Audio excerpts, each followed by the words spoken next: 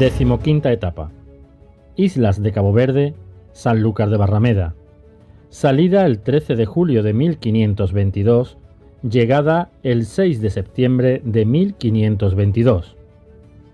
Navegando a vela, el camino a España desde Cabo Verde no pasa por las Islas Canarias, como habría sido lo más interesante para la victoria. En esa franja se encuentran alisios constantes en dirección suroeste, de modo que es un camino cerrado para un velero. El camino de vuelta se conoce como Volta do Mar Largo, Volta do Largo o Volta da Mina, y fue descubierto en el siglo XV por los portugueses en sus viajes de exploración de la costa africana. Consiste en cruzar la banda de alisios en dirección noroeste hasta las Azores, o más adelante, en función de cómo afecte el anticiclón que siempre encontraremos por allí, para después virar al este camino de Portugal. El Cano sigue fielmente esta ruta. Tendrá que atravesar el archipiélago de las Islas Azores, que no suponían peligro pese a también ser portuguesas, puesto que era la ruta normal para la vuelta desde América para los barcos españoles. El viento le ayuda y lo hace a gran velocidad, sin cruzarse con ningún barco. Pero están ya en agosto y el anticiclón de las Azores les deja sin viento a los pocos días. Pasan una semana sin apenas avanzar.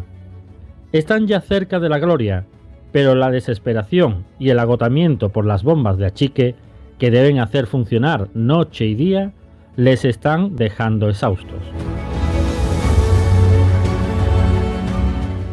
Al fin se levanta el viento y navegan hacia el Cabo de San Vicente. Todavía pasan 14 días, pero al fin, el 4 de septiembre, divisan el cabo y 2 días después, el 6 de septiembre de 1522, entran al puerto de Sanlúcar de Barrameda.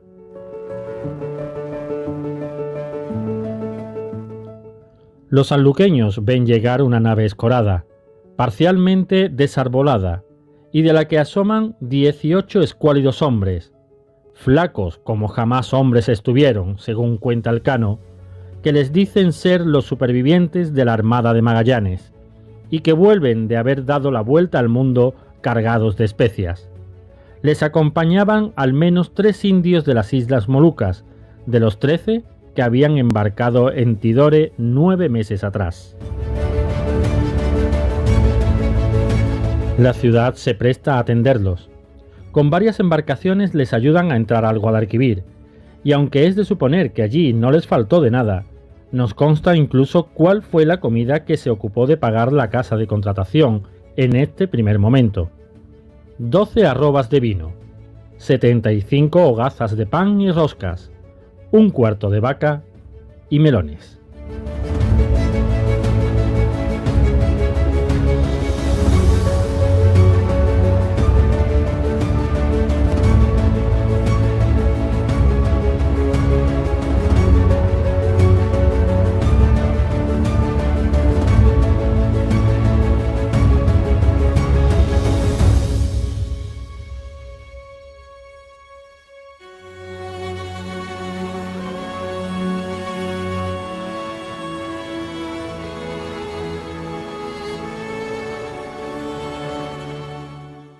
Nuestro siguiente conferenciante es periodista, escritor, locutor y divulgador.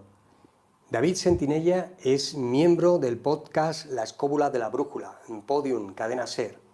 Ha compaginado su trabajo en prensa escrita, redactor jefe de la revista Enigmas del Hombre y del Universo. Con el mundo de la radio ha trabajado en Radio Euskadi, Radio Voz.radio, y de la televisión, redactor, guionista en Euskal Televista y Telecinco.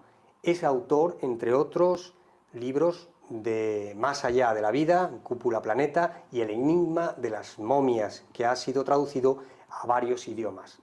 Vicepresidente de la Sociedad Española de Investigaciones Parapsicológica, SEIP. También ha sido reportero y guionista en varias series documentales y director editorial de la colección Investigación Abierta, de Ediciones Nautilus. Estudió Ciencias Empresariales por la UPV, técnico en tratamiento digital de imagen por la EUMA, y máster en radio y televisión por la TAI y máster en marketing digital por la IMBS. Hoy nos propone una conferencia muy interesante. Os dejo con ella. Su título, Sueños premonitorios. Bueno, pues muchas gracias. Primero, lo que quiero es agradecer a José David Flores y a Miguel Rodríguez la invitación para participar en este congreso. Es un placer. Muchísimas gracias, chicos.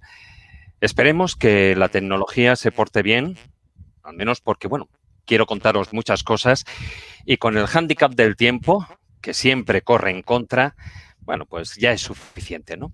Así que vamos a liarnos con un poquitín con la tecnología y que nos haga caso. Y como reza el título de la conferencia, voy a hablaros de sueños. Los sueños son una parte muy importante del ser humano. Pasamos casi un tercio de nuestra vida durmiendo y cuando lo hacemos, accedemos a ese otro mundo, una realidad que está íntimamente relacionada con nuestro inconsciente, que posee un lenguaje propio, el de los símbolos, y en el que somos capaces de descifrar claves que no podemos entender ni interpretar en estado de vigilia, es decir, cuando estamos despiertos. No cabe duda de que buena parte de estas imágenes oníricas constituyen símbolos y arquetipos universales de nuestras emociones más profundas. Y aunque existen numerosos libros y manuales sobre clasificaciones e interpretaciones de sueños, el análisis final de la actividad onírica depende de las circunstancias que rodean al soñador y de su forma de concebir el mundo físico. A menudo, los sueños nos transportan a tiempos y lugares remotos o a lugares fantásticos en los que encontramos a personas y objetos, bueno, pues que no son familiares, aunque normalmente aparecen transformados y donde podemos hacer cosas que nos resultarían imposibles de realizar en estado de vigilia, tales como vemos en la imagen, como volar, por ejemplo. A veces, incluso tenemos la sensación de que, de repente, poseemos un conocimiento profundo, como una revelación, algo que daría sentido a toda nuestra vida, a toda nuestra existencia. Aunque, bueno, llega un momento en el que, desgraciadamente, al despertar, o bien esa visión desaparece, o bien se vuelve totalmente incoherente, confusa y hasta sin sentido. También, en ocasiones, durante el sueño, nos sentimos horrorizados, cual pesadilla, al ver que no podemos movernos, que somos incapaces de realizar cualquier acción y que estamos paralizados ante un peligro inminente. Y digo durante el sueño, y lo he resaltado, porque no me estoy refiriendo a la parálisis del sueño, que es un trastorno diferente en el que la persona presenta una incapacidad de efectuar cualquier movimiento nada más despertarse, como si la mente se despertara, pero el cuerpo siguiera dormido. Pues estos sueños y otros muchos que consideramos como pesadillas son causados por influencias psicológicas complejas que provienen básicamente de nuestro pasado, que habitan guardados en cajones de nuestro inconsciente y que en estado de vigilia pueden traducirse en miedos, en fobias o en traumas. Pero existe otra clase de sueños muy sorprendentes, inquietantes, que parecen predecir acontecimientos futuros, que desafían incluso la dimensión espacio-temporal y cuya base posiblemente esté conectada a las mismas antiguas creencias de las que surgió la adivinación. Me estoy refiriendo, evidentemente, a los sueños premonitorios.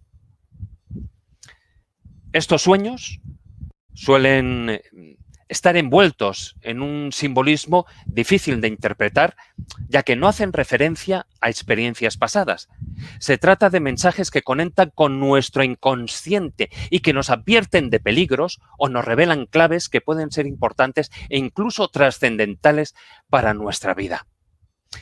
Sin duda alguna, todos vivimos sueños que reflejan determinados aspectos del futuro. A pesar de esto, la mayoría de ellos nos pasan desapercibidos debido principalmente a dos factores. Uno, a nuestra escasa memoria onírica. Y dos, al escaso valor que le damos a lo poco, bueno, pues que llegamos a recordar. Haciendo un poco de historia, la oniromancia, ese arte que por medio de los sueños se pretende adivinar el porvenir, surge desde el momento en que el ser humano tomó conciencia de los sueños e intentó interpretar su significado. Desde la antigüedad se pensaba que los sueños eran manifestaciones divinas en las que los dioses permanecían en contacto continuo con las personas que los adoraban y creían que a través de ellos se podían percibir pues, sucesos futuros y para ello inventaban métodos, bueno, más o menos complicados para llegar a su interpretación. Uno de los manuscritos más antiguos que se conservan es el papiro Chester BT3, también conocido como el libro de los sueños egipcio. Y es, bueno, pues un manual para la interpretación de los sueños que viene a tener unos 3.200 años de antigüedad. Es decir, pertenece al periodo ramesina de la 19ª dinastía. De los más famosos sueños premonitorios que guardan una relación histórica, hay dos que guardan una relación directa con el país de los faraones. La historia del primero tiene lugar hacia 1400 a.C. y tiene por protagonista a un faraón, a Tutmosis IV. Ojo, que en aquella época solo era un joven príncipe, aunque no era el primogénito. Él tenía dos hermanos mayores que fallecieron... ¿La imagen? Sí. Que fallecieron, como digo, antes de subir al trono. El relato cuenta que un día, cansado de la cacería, se sentó a la sombra de la esfinge, que estaba casi todo, con todo su cuerpo cubierto por la arena, y se quedó dormido. Entonces, según narra la leyenda, la esfinge le habló en sueños y le dijo que si le rescataba de las arenas del desierto, le prometía que sobre su cabeza llevaría la corona blanca y roja, lo que representa ser el faraón del Alto y del Bajo Egipto. Tras ese sueño, Tutmosis hizo quitar la arena y mandó restaurar la esfinge. Y entre sus patas erigió una estela, la conocida por la estela del sueño, en la que, como vemos aquí, se narra el sueño que tuvo dormido junto a la gran esfinge. A cambio, según cuenta la estela, la esfinge le convirtió en el siguiente faraón. Bien, el otro sueño egipcio al que hago referencia es el sueño premonitorio del faraón que José, el hijo de Jacob y Raquel, supo interpretar y que aparece en el Génesis del Antiguo Testamento en la Biblia. El faraón, cuenta la leyenda, que soñó con 7 vacas gordas seguidas inmediatamente de 7 vacas flacas que devoraron a las gordas. Luego se le aparecieron 7 espigas llenas de granos, pero también a continuación se le aparecieron 7 espigas resecas, estaban vacías y que se comieron a las primeras. José lo interpretó como que vendrían 7 años de abundancia seguidos por 7 años de carestía, lo que permitió al faraón abastecer, bueno, copiosamente los graneros durante la época de bonanza para poder salvar de este modo de una muerte segura a su pueblo durante el periodo de sequía. Y si nos vamos a la antigua Babilonia, allí existían sacerdotes con el único objetivo de entrevistarse con esos seres divinos que supuestamente se manifestaban mientras las personas dormían. Un sueño premonitorio relacionado con Babilonia lo encontramos también en el Antiguo Testamento, en el libro de Daniel, en el que este profeta explica el episodio en el que el rey Nabucodonosor tuvo un sueño en el que aparecía una gigantesca estatua. Esta estatua tenía la cabeza de oro, el pecho y los brazos de plata, el vientre y las caderas eran de bronce, las piernas de hierro y los pies de hierro y barro sin mezclar. Entonces, en el sueño, vio como una piedra caía rodando hacia la escultura, chocando contra los pies y fragmentando el barro, lo que hizo desmoronarse y romperse todo el gigante, toda la estatua, ¿no? La explicación que le da el profeta Daniel es que la estatua, como vemos en la imagen, representaba el imperio, cuyo conjunto de reinos con el tiempo se va desmembrando hasta su total destrucción. Y por cierto, de ahí viene la expresión un gigante o un ídolo con pies de barro. Si os fijáis, hemos hablado de premoniciones y de profecías. La diferencia entre ambas está en que cuando se habla de profecías, se trata de un don sobrenatural inspirado por Dios, es decir, dentro del ámbito religioso. En India o en China, los sueños servían a menudo como medio de diagnóstico para predecir enfermedades. Para estas tradiciones orientales, los sueños son, a grandes rasgos, etapas de metamorfosis. Según Lao Tse, filósofo clave, por supuesto, en la creación del taoísmo, él decía, un pensamiento causa un sueño.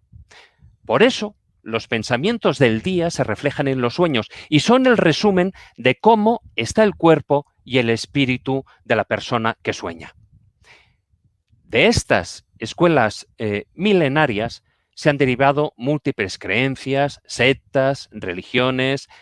Todas le han dado una importancia vital a los sueños. Para el budismo, sin embargo, de todas las fases del sueño, cuando estamos a punto de despertar, poco antes de despertar, uno puede soñar con el futuro inmediato. Y justo en el momento que nos vamos a despertar, consideran que uno puede soñar con un futuro algo más lejano. De esta manera, bajo su punto de vista, nuestra conciencia almacén, que es donde guardamos nuestras impresiones del día, las experiencias, los recuerdos, pues esta conciencia almacén trata de llevar un mensaje hasta el estado de vigilia, que es donde estamos despiertos. Si nos vamos a hasta la antigua Grecia, allí aparecieron los oráculos con el fin de investigar e interpretar el significado de los sueños. El asunto era tan importante para ellos que incluso había personas que no realizaban ninguna acción ni ningún trabajo sin antes consultar a las sibilas. En cada oráculo había una diferente y cuyas respuestas eran consideradas incuestionables y sumamente importantes. El filósofo y matemático griego Demócrito, fundador del atomismo, que vivió allá entre los siglos 5 y 4 antes de Cristo, creía que existían ciertas emanaciones de otras personas u objetos que podían introducirse en la conciencia durante el reposo, y de esta manera era como él consideraba que se podían producir los sueños telepáticos. Pero, bueno, todos aquellos adivinos, druidas, sacerdotes, oráculos, sibilas, de esas civilizaciones antiguas que fueron investidos de, digamos, de ese poder de la adivinación y por ello respetados y admirados durante varios siglos, luego fueron condenados, desterrados, perseguidos y condenados a principios del siglo IV por el Concilio de Ancira y acusados, bueno, a lo que eran a 5 años de penitencia. E incluso en la cultura árabe, donde la adivinación de los sueños era aceptada como un medio válido para conocer el futuro, fue prohibida en el siglo IV por Mahoma. Si nos vamos hasta el siglo VII y siguiendo con esa represión, en este caso del Papa Gregorio II, él, bueno, pues endureció aún más la situación y ya no solo era años de penitencia, sino que castigaba con la muerte. Más tarde, ya en el siglo XVI, hubo, bueno, pues cierto aperturismo en lo que correspondía con la Edad Moderna y en aquella época existía una categoría que era conocido como el sueño divino o sueño teologal, que era para referirse a aquellos sueños premonitorios que tenían vigencia y relevancia dentro de ese momento histórico y que estaban, por supuesto, inculcados por Dios. Sin embargo, siguiendo esa tradición de desconfianza que había hacia el fenómeno, se cuestionaba la realidad digamos, de la mayoría de este tipo de sueños, basándose en la posibilidad de que fuera digamos, mientras dormíamos, ese sueño fuera el lugar adecuado para la intervención del demonio. Bueno, no quiero extenderme más con este apartado histórico. Creo que es suficiente para observar que en los tiempos precientíficos los sueños fueron considerados como mensajes sobrenaturales, como manifestaciones de poderes supraterrenos, estos fueran demoníacos o divinos, daba igual, ¿no? Y cuya interpretación estaba reservada solamente a unos pocos iniciados. Pero desde hace unas décadas, y siguiendo el concepto del inconsciente colectivo que desarrollara el médico psiquiatra Carl Gustav Jung, grandes investigadores en el terreno de los sueños plantean la hipótesis de la existencia de un campo de información que permea nuestra existencia y que a veces accedemos cuando tenemos este tipo de sueños proféticos. Esto es lo que está buscando la ciencia, pero, sin embargo, esto es algo que la tradición esotérica ya venía apuntando desde tiempo atrás y que se le conoce como archivos acásicos. Pero, creamos o no en lo que nos dice esa tradición esotérica, la realidad es que la actitud frente a la interpretación de los sueños ha cambiado, afortunadamente, en la actualidad, y se estudia y forma parte dentro del campo terapéutico de la psiquiatría y de la psicología, englobado con el término sueños anómalos. Hoy en día se considera que el sueño es una conversación con nosotros mismos, en la que el inconsciente nos enfrenta a problemas, a necesidades o cuestiones que nos atañen directamente. Para ello, utiliza un lenguaje simbólico, muy cinematográfico, que, a diferencia del que aprendemos conscientemente, es un lenguaje instintivo y común a toda la humanidad. Este lenguaje lo vamos modificando y lo vamos adaptando nosotros mismos a medida que vamos incorporando nuevos contenidos a lo largo de nuestra vida. Pero por más que lo hagamos propio y lo personalicemos, sus características esenciales permanecen inalteradas, pues, como ya definiera Jung, pertenecen a ese inconsciente colectivo de toda la humanidad. Estos símbolos estos símbolos y conceptos son comunes a todos, aunque en realidad no seamos conscientes de ello ni conozcamos su significado. Jung llega a la conclusión de que existen dos grandes categorías de símbolos: los pertenecientes al inconsciente personal, elaborado por el propio individuo a través de la vida, y los pertenecientes al inconsciente colectivo de la humanidad, que son esos modelos básicos de la mente, arquetipos heredados que se repiten, se transmiten y se perpetúan en toda la especie humana a través de, bueno, pues de las vivencias, de las manifestaciones culturales y especialmente en los ritos, en los mitos y creencias más ancestrales.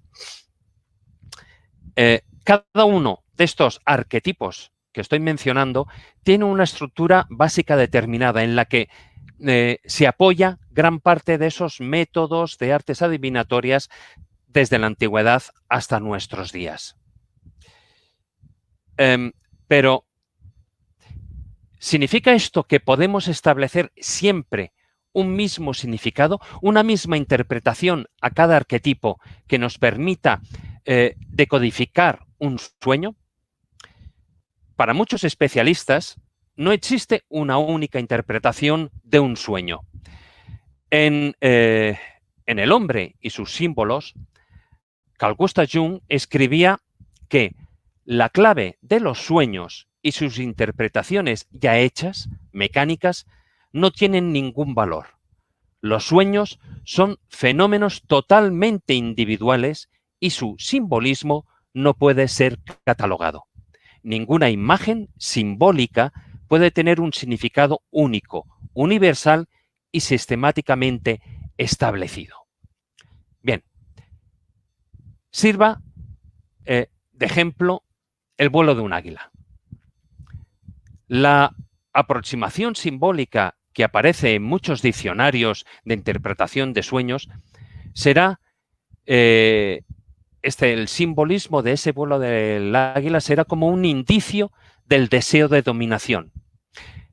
El psicoanálisis se inclinará más a entenderlo como la necesidad de afirmación de la potencia sexual. Pero, fijaros bien, para los indios del Amazonas, el águila es el animal que representa el poder del soñador. Por lo tanto, cualquiera de esas interpretaciones será posiblemente errónea si se intenta situar fuera de contexto y de la historia personal de cada individuo. Es decir, y esto que voy a decir es fundamental, la interpretación de un sueño no deja de ser una hipótesis expresada a partir de una metáfora, que esa metáfora es el sueño y por lo tanto solo tiene sentido para uno mismo. Las guías de símbolos, esos manuales, solo deben servirnos de una manera aproximada y nunca debemos tomar su interpretación con un sentido literal. Sin embargo, hay ocasiones, en especial dentro del ámbito de los sueños premonitorios al que nos estamos refiriendo, en que el mensaje del sueño, lejos de cualquier envoltura simbólica, resulta extremadamente realista. Veamos la experiencia de este personaje, Mark Twain. Todos lo conocemos, o cuanto menos nos suena su nombre.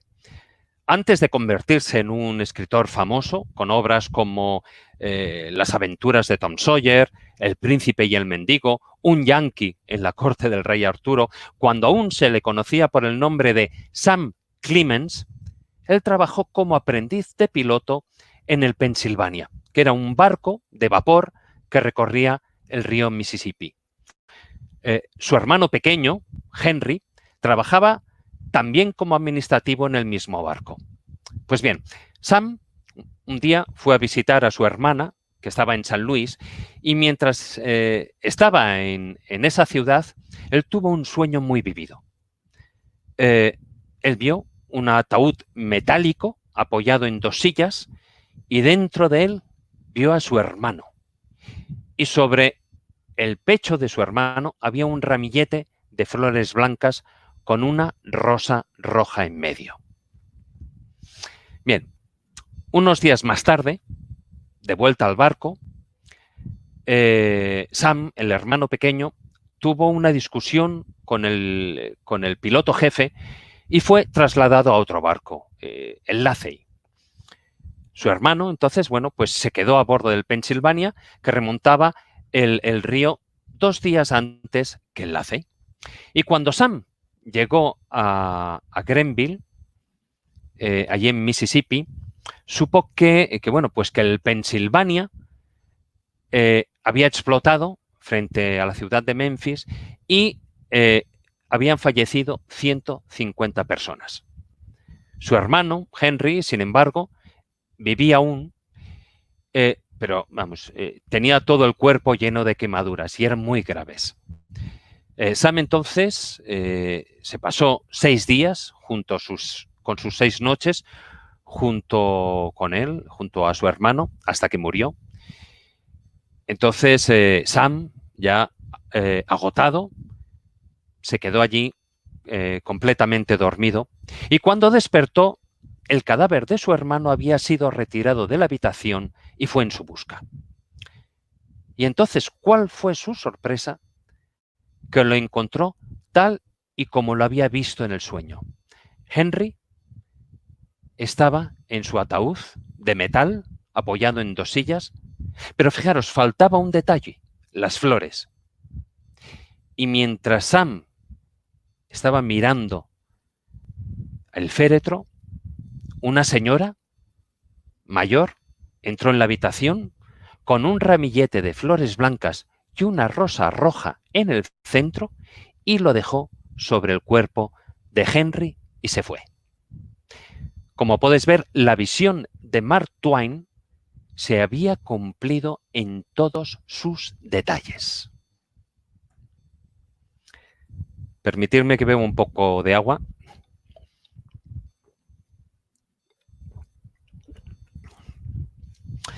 Otro caso dramático y muy conocido fue la revelación en forma de sueño que tuvo el obispo de los Balcanes, Monseñor Joseph Lani.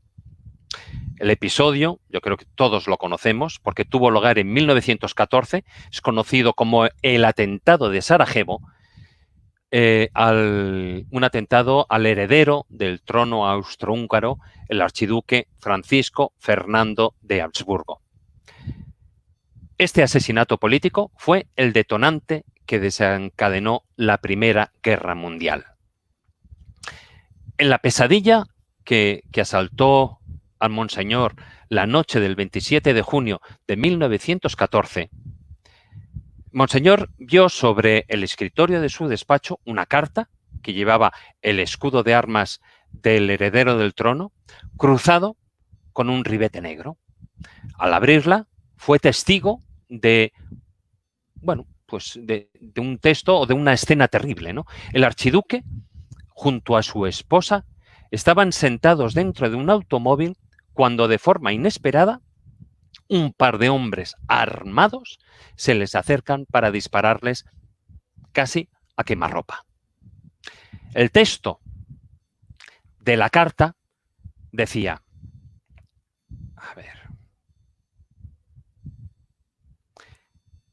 Su Eminencia, querido doctor Delany, mi esposa y yo hemos sido víctimas de un crimen político en Sarajevo. Nos encomendamos a sus oraciones. Y estaba fechada en Sarajevo el 28 de junio de 1914 a las 4 de la tarde. Pues bien, al día siguiente, el obispo Delany recibió la noticia del asesinato de la pareja real a manos del nacionalista serbo-bosnio Gavrilo Princip. Y cómo no, aunque se trate de un caso archiconocido, no puedo obviar el sueño premonitorio de Abraham Lincoln al hacer esta pequeña relación de casos políticos, aunque sea de una manera breve. A pesar de lo que algunos creen, este caso no se trata de una leyenda. Hay pruebas, hay textos. Según relata en la biografía sobre el presidente que escribió este hombre, Ward Hill Lamont, que es amigo personal del presidente y su principal guardaespaldas, 3 días antes de que se produjera el magnicidio, el presidente Lincoln le relató un sueño muy extraño que había tenido una semana atrás. Ese sueño le tenía inquieto y de una manera u otra necesitaba contárselo a alguien de plena confianza. En el sueño, el presidente Lincoln estaba durmiendo en su cama de la Casa Blanca y se despertó por culpa de unos llantos lejanos. Después de unos segundos, él, decidió levantarse para investigar qué pasaba, así que se vio avanzando por el edificio, entrando en cada uno de los salones sin encontrar a nadie, hasta que llegó al llamado Salón Este. Y allí vio un gran catafalco y un ataúd con un cadáver dentro, con el rostro tapado, rodeado por varios soldados que estaban montando guardia y un grupo de personas que estaban ahí llorando. Entonces Lincoln, al no ver la cara del finado, se acercó a uno de los soldados y le preguntó: ¿quién ha muerto en la Casa Blanca? Y el soldado, tras una pausa, le contestó: el presidente ha sido asesinado. Bien, pues 10 días después de este sueño, tan solo 3 días desde que se lo hubiera contado a su amigo Lemon, el actor y simpatizante de la causa confederada, que era John Wilkes Booth, como parte de una conspiración aún mucho mayor, pues aprovechó la asistencia de Lincoln en la representación de la obra Nuestro Primo Americano en el Teatro Ford de Washington, saltó al palco del presidente y le disparó en la cabeza a las 10:15 de la noche. Lincoln no murió de forma instantánea. Permaneció en coma y murió aproximadamente 9 horas más tarde, pasadas las 7 de la mañana del 15 de abril. Y su cadáver fue colocado y se veló, adivináis dónde, ¿no? En el Salón Este, en un catafalco como el que describió en el sueño. Bueno, evidentemente, estos dos casos que he contado, tanto el atentado de Sarajevo como el de Lincoln, no se tratan de simples presentimientos, no se trata de un pálpito, de una corazonada. Estos son premoniciones en toda regla. Y eso significa que nos encontramos en terreno resbaladizo a la hora de buscar explicaciones racionales. Las premoniciones son un misterio de principio a fin.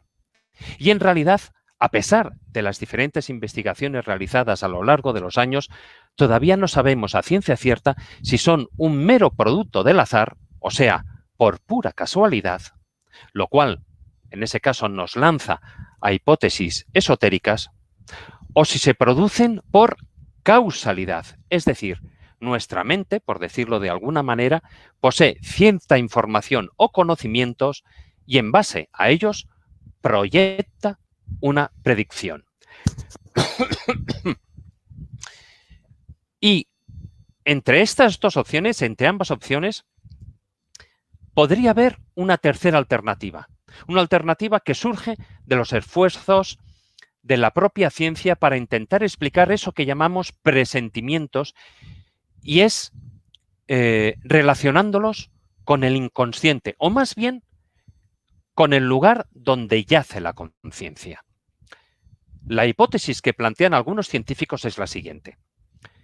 Mientras que en el mundo consciente, en el estado de vigilia, el tiempo es lineal, es decir, se produce en una línea temporal perfectamente delimitada, presente, pasado, o sea, pasado, presente y futuro, nuestro yo inconsciente está en una dimensión ajena a cualquier línea de tiempo.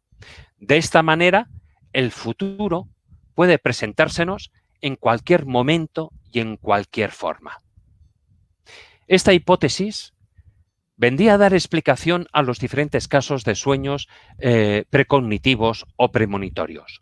Y además coincide con la teoría de este señor, del ingeniero aeronáutico irlandés John William Dunne, que tenía sueños recurrentes que parecían predecir sucesos futuros y que planteara en el año 1927, los planteó recopilándolos en un libro que se llamaba Un experimento con el tiempo, An Experiment with Time.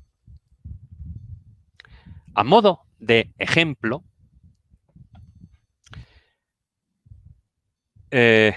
uno de los sueños que tuvo y que expone en el libro ocurrió en el año 1913. Y dice, la escena era un terraplén con una vía de ferrocarril. Supe entonces que el lugar se encontraba al norte del puente de Fort, en Escocia. Al pie del terraplén había una senda por la que la gente paseaba en pequeños grupos. La escena se repitió algunas veces, pero en la última vi que un tren que iba en dirección norte había caído por el terraplén. Vi varios vagones cayendo y bloques de piedra rodando. El suceso tendría lugar a mediados de abril de la próxima primavera. Bien, dice a mediados de abril.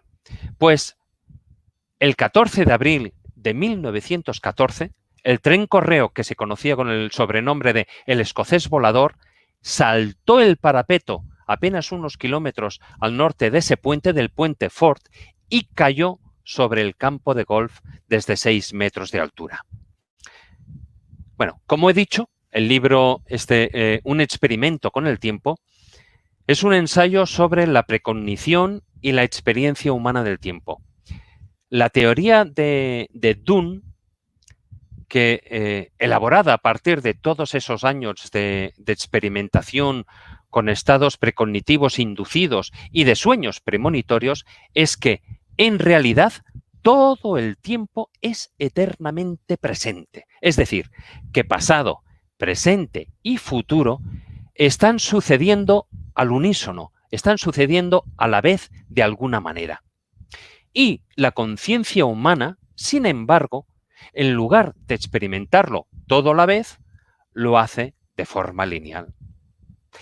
Bueno, otro gran escritor que tuvo un sueño premonitorio fue Charles Dickens. Bueno, aunque afortunadamente es de menor trascendencia a los de Dunne o de Mark Twain. Él, bueno, lo contó así de su puño y letra. Soñé que veía a una dama con chal rojo de espaldas a mí. Cuando se volvió, advertí que no la conocía y dijo, soy Miss Napier. Mientras me vestía, a la mañana siguiente pensé, qué cosa más absurda, tener un sueño tan preciso acerca de nada. ¿Y por qué Miss Napier? Jamás había sabido de ninguna Miss Napier. Aquel mismo viernes, por la noche, estuve leyendo en la sala y después entraron Miss Boyle con su hermano y la dama del chal rojo, que me presentaron como Miss Napier. Lo que son las casualidades, ¿o no? Bueno, pues dentro de los sueños premonitorios podríamos establecer también otro tipo de sueños que pueden convertirse en una auténtica fuente de inspiración y de soluciones para algunos problemas científicos. Se trata o se les conoce como los sueños heurísticos, es decir, sueños que proporcionan la solución de un problema teórico o que ayudan en un descubrimiento. Seguro que cuando estoy hablando de ciencia y de descubrimientos, todos estáis pensando en Albert Einstein. Pues bien, Einstein le confesó a un amigo suyo, al poeta francés Paul Valéry, que la fórmula, esa famosa fórmula que revolucionaría más tarde la ciencia y con la que posteriormente desarrolló la teoría de la relatividad, la soñó durante una siesta en el campo. Y otro caso es el del físico Niels Bohr. Él es el científico que descubrió el modelo del átomo y con quien, por cierto, Einstein, bueno, pues tuvo muchos debates científicos, ¿no? Pero antes de eso, cuando aún era estudiante, una noche tuvo un sueño en el que era transportado a un sol de gas encendido desde donde veía toda la Tierra. A su alrededor giraban varios planetas que estaban atados a ese sol por una especie de filamentos.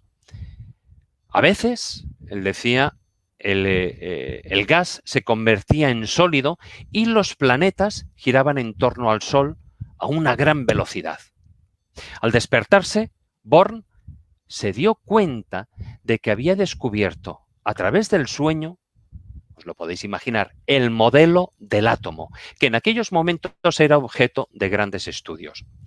Su trabajo de investigación y este descubrimiento le valieron ni más ni menos que el Premio Nobel de Física en 1922. Y también es conocido este sueño, el sueño del químico alemán August Kekulé. A mediados del siglo XIX se conocía la fórmula molecular del benceno, pero no cómo se disponían los átomos en su estructura química. Cuando se encontraba estudiando esta estructura, Kekulé vio cómo los átomos que bailaban ante sus ojos formando largas filas se movían al final como una serpiente y de pronto vio como aquella serpiente se mordía su propia cola, creando el famoso símbolo de la alquimia conocido como ouroboros. Pues bien, finalmente, en base a ese sueño, Kekulé estableció la estructura de este anillo que veis del benceno. Pero bueno, la historia, aparte de estos casos, relativamente, en este caso, bueno, pues positivos, también nos ha legado otros que han supuesto un vuelco total en la sociedad.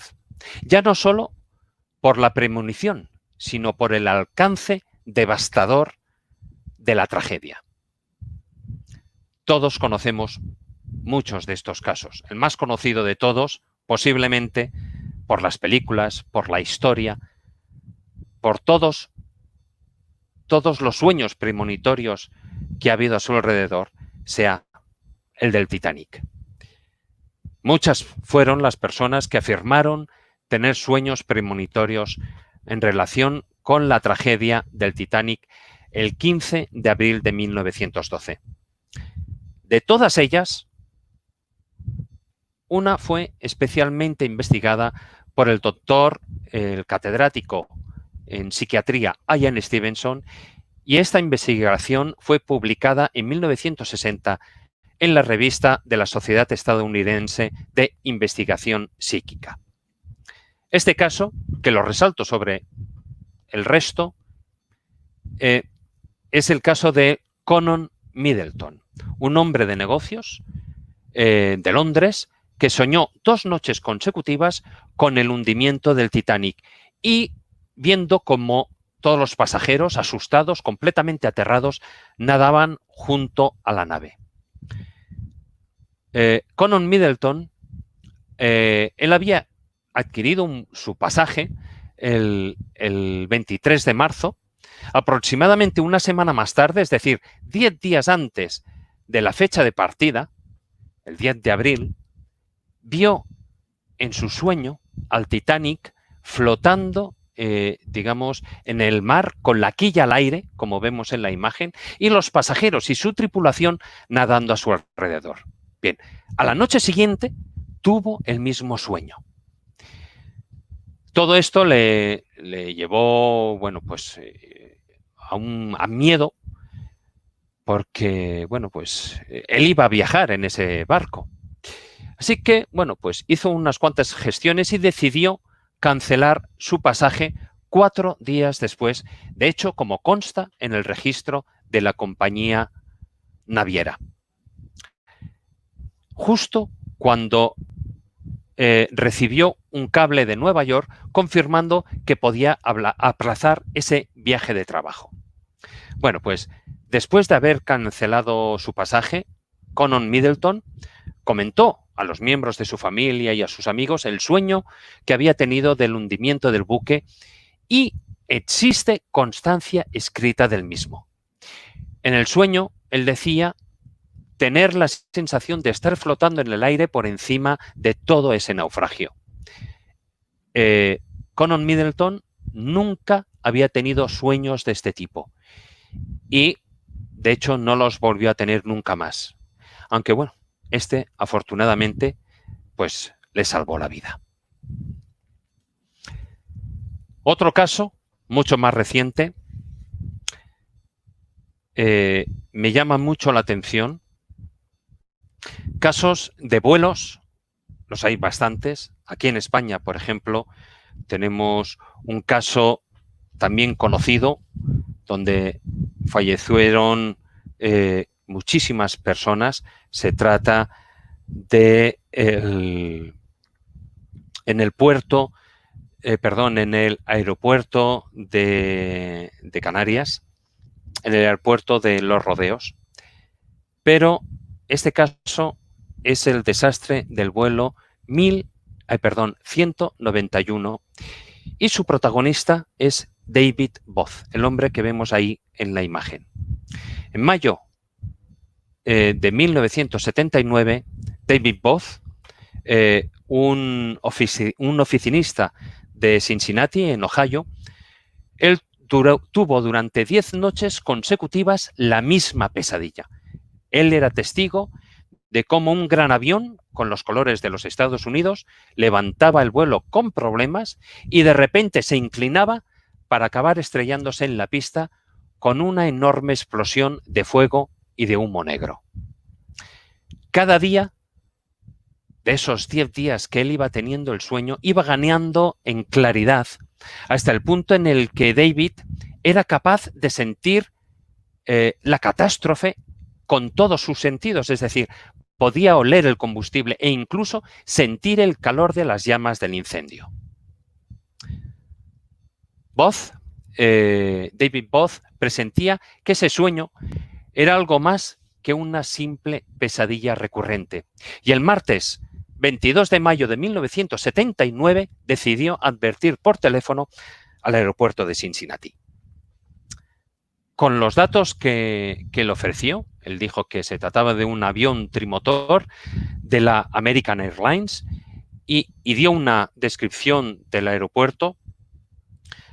Los expertos de la Administración Federal de Aviación trataron de adivinar, bueno, más o menos, aunque no con muchos frutos, de qué aeropuerto se trataba. Incluso la compañía aérea, la American Airlines, reforzó las medidas de seguridad en sus grandes aviones. Pues bien, al final, y estas imágenes que estáis viendo son reales, la noche del viernes 26 de mayo de 1979, un avión trimotor, creo que era un DC-10 de la American Airlines, se estrellaba al despegar del Aeropuerto Internacional O'Hare de Chicago. Murieron 272 pasajeros y la tripulación, siendo hasta ese momento el peor accidente de la aviación norteamericana. Hubo un funcionario de la Administración Federal de Aviación, Jack Baker, que, bueno, él, teniendo todos los datos, se mostró muy impresionado por la precisión con la que David Both les había dado todo por teléfono, describiendo casi a la perfección cómo ocurriría el desastre.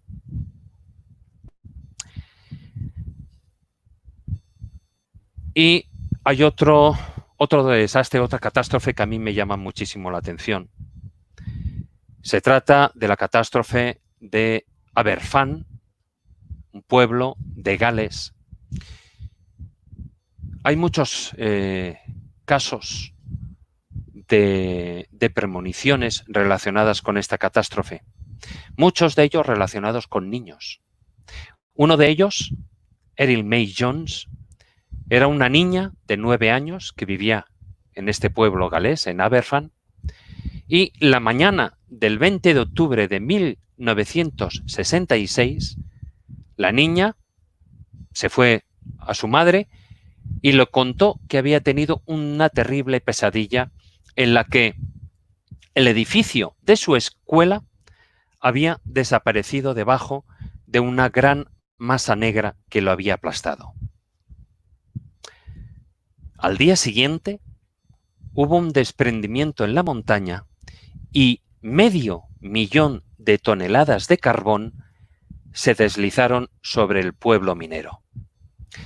El balance fue de 140 víctimas mortales, entre ellas la joven Erin y todos sus compañeros de la escuela, que desapareció completamente sepultada. Fueron muchos los que afirmaron haber tenido, como decía antes, sueños premonitorios sin pensar en que realmente se iba a producir.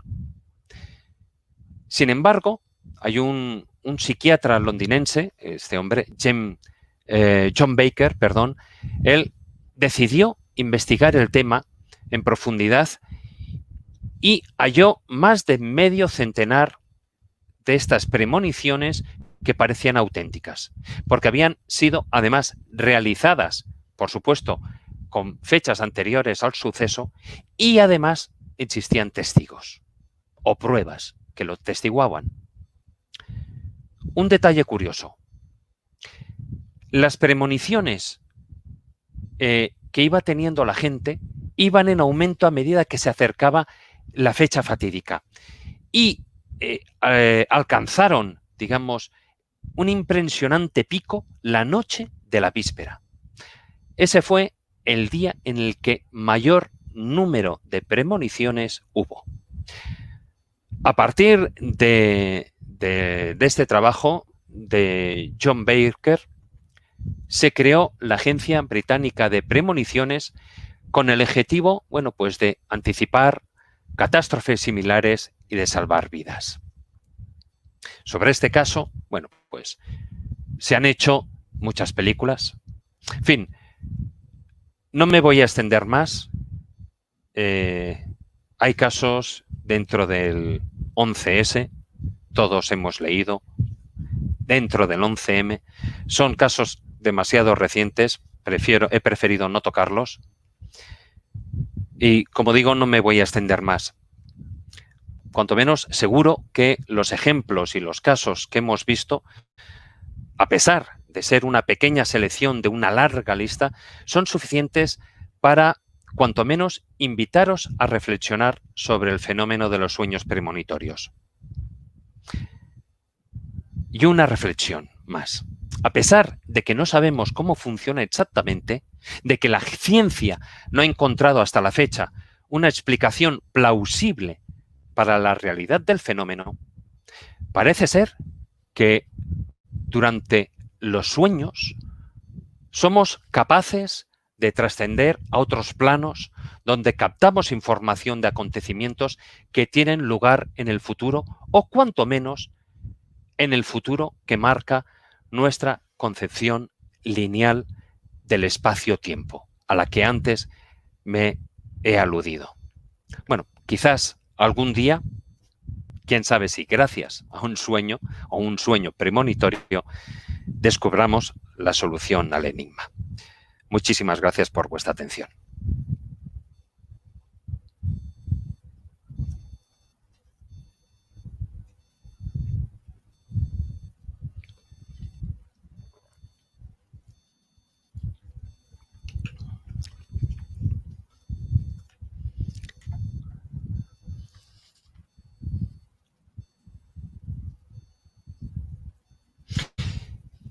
Yo no sé si me estáis escuchando, yo no escucho nada.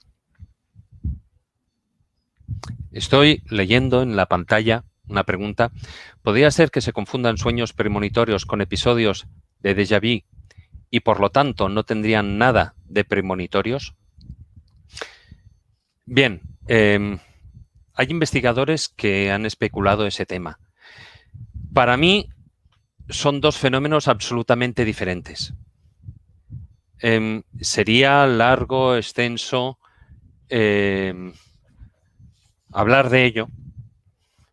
Yo creo que cuando, y todos hemos visto, yo que sé, hasta en Matrix, ¿no? Lo que es la sensación de ese déjà vu. El déjà vu no nos está mostrando un hecho futuro. De hecho, nos está mostrando un hecho pasado. Cuando en estos casos, en algunos de los que he ido explicando, pues suceden esas ideas, esos sueños premonitorios, hablan siempre de futuro, evidentemente. Hablan de cosas que tienen que suceder o que supuestamente van a suceder. Para mí son, como digo, fenómenos absolutamente diferentes.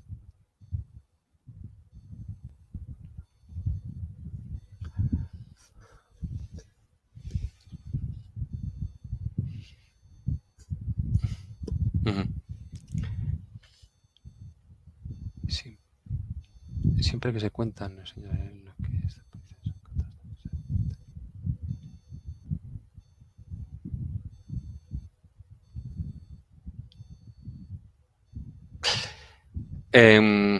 Gracias, Sira, por la pregunta. Yo no solo he contado sueños negativos. También, de hecho, hay sueños positivos. Sueños como los de Einstein. También, por ejemplo, bueno, me he quedado en muchas cosas en el tintero, ¿no? Graham Greene también tuvo sueños. Es decir, no todos son negativos. Lo que sí que ocurre es que nos llaman más la atención, como he dicho antes, por las consecuencias dramáticas que tienen los sueños negativos. Tienen más fuerza, pero también ocurren, también se producen sueños que son positivos, gracias a Dios.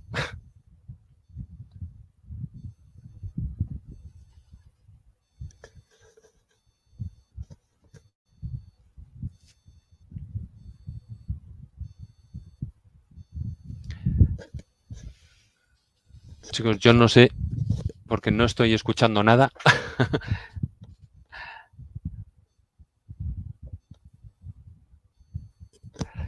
No sé si igual por el sonido del... A ver.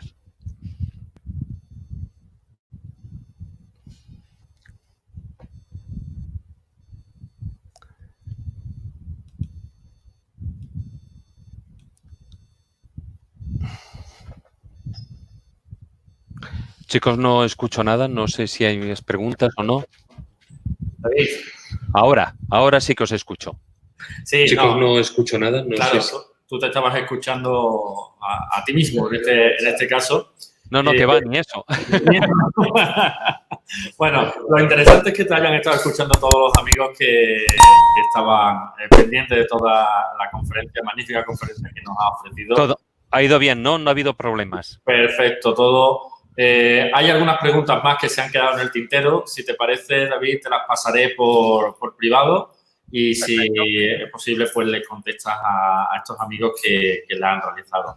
Agradecerte que hayas estado con nosotros y bueno, pues esperarte que para el año que viene, si es posible y este bichito nos deja tranquilos, pues podamos compartir estas conferencias, por supuesto, de forma presencial. Fíjate, yo no he querido ser malo porque además es algo que lo estamos viviendo.